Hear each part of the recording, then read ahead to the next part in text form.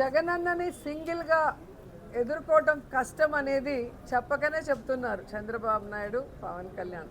So వారి కూటమి failure అవుతుంది, ఓటమి భయంతోనే ఈరోజు బీజేపీతో పొత్తు పెట్టుకోవడానికి పరుగులు తీశారనేది కూడా మీరు కళ్ళారా చూస్తున్నారు.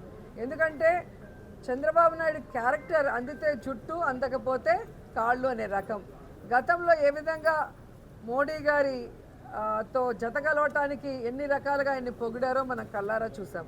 ఆ తర్వాత భార్యని చూసుకోలేనివాడు రాష్ట్రాన్ని ఏం చూస్తాడు, తల్లిని చూసుకోనివాడు ఏమని అసలు ఎక్స్ట్రీమ్గా పర్సనల్ విషయానికి వెళ్ళి మోడీ గారు ఏపీకి వచ్చినప్పుడు నల్ల బెలూన్లు ఎగరేసి అమిత్ షా కారు మీద రాళ్ళు వేయించి ఎంత నానా హంగామా చేశాడో మనం చూసాం. అలాగే రాహుల్ని ప్రధాని చేస్తాను అని చెప్పి మరి కొన్ని రాష్ట్రాల్లో ఎలక్షన్స్ జరిగేటప్పుడు కాంగ్రెస్ పార్టీకి ఫండింగ్ కూడా చేయటం మనం కళ్ళారా చూసాం. ఈరోజు ఆంధ్రప్రదేశ్లో లాస్ట్ 5 ఇయర్స్లో ఆయన చేసిన స్కాముల వల్ల అన్ని సాక్ష్యాధారాలతో దొరికిపోయి ఈ మధ్యలోనే జైల్లో కూర్చున్నాడు.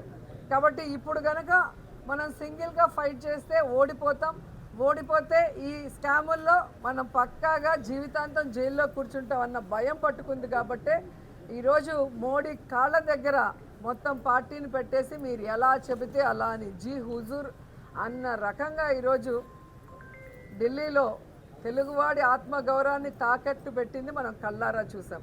అంటే తాను జైల్లో వెళ్లకుండా హ్యాపీగా లైఫ్ బయట లీడ్ చేయాలి, తనను నమ్ముకున్న కార్యకర్తలు, ప్రజలు, రాష్ట్రం ఎటుపోయినా పర్లేదు అనే క్యారెక్టర్ని మనం చంద్రబాబు నాయుడు దగ్గర అలాగే పవన్ కళ్యాణ్ దగ్గర కళ్ళారా చూస్తున్నాం. సో వీళ్ళకి ఎవరికి రాష్ట్రం మీద కానీ రాష్ట్ర ప్రజల మీద కానీ ప్రేమ లేదు, మంచి చేయాలన్న చిత్తశుద్ధి లేదు.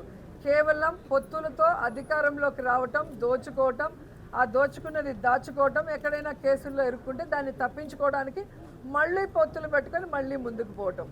అంటే ఈరోజు ఎలా అయిపోయిందంటే ఎన్నికల్లో గెలవాలి అంటే ప్రజలకి మంచి చేసి ఉండాలి, లేదా ప్రజలకి మంచి చేయబోతాం, ఇవి మేము అధికారంలోకి వస్తే చేస్తామని చెప్పడం లేదు. ఎన్ని పొత్తులు పెట్టుకుందామా, ఏ విధంగా ఆ ఓటింగ్ని తీసుకుందామా అన్న చందంగానే ముందుకు వెళ్తున్నారు అనేది చాలా దురదృష్టకరం. ఇది ప్రజలందరూ గమనించాలి. మనకి మంచి చేసిన వాళ్ళు ఎవరు, మనకిచ్చిన వాగ్దానాలను ఎవరు నెరవేరుస్తున్నారు, భవిష్యత్తులో ఈ రాష్ట్రం బాగుండాలన్నా, రాష్ట్ర ప్రజలు సంతోషంగా ఉండాలన్నా ఎవరికి ఓటేయాలి అనేది ఆలోచించాలి.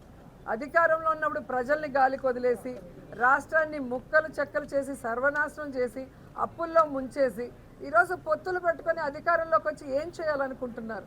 కాబట్టి ప్రజలు గమనించి అలా పొత్తులతో మిమ్మల్ని మోసం చేయాలనుకున్న వాళ్ళని తరిమి కొట్టండి. మీకోసం అహర్నిశలు ఆలోచిస్తూ మంచి చేస్తూ ఇచ్చిన ప్రతి వాగ్దానాన్ని నెరవేరుస్తున్న జగనన్నకి అండగా ఉండాలని ఈ రాష్ట్ర ప్రజలకి చేతులెత్తి విజ్ఞప్తి. మా వీడియో మీకు నచ్చినట్లయితే please like, share and subscribe.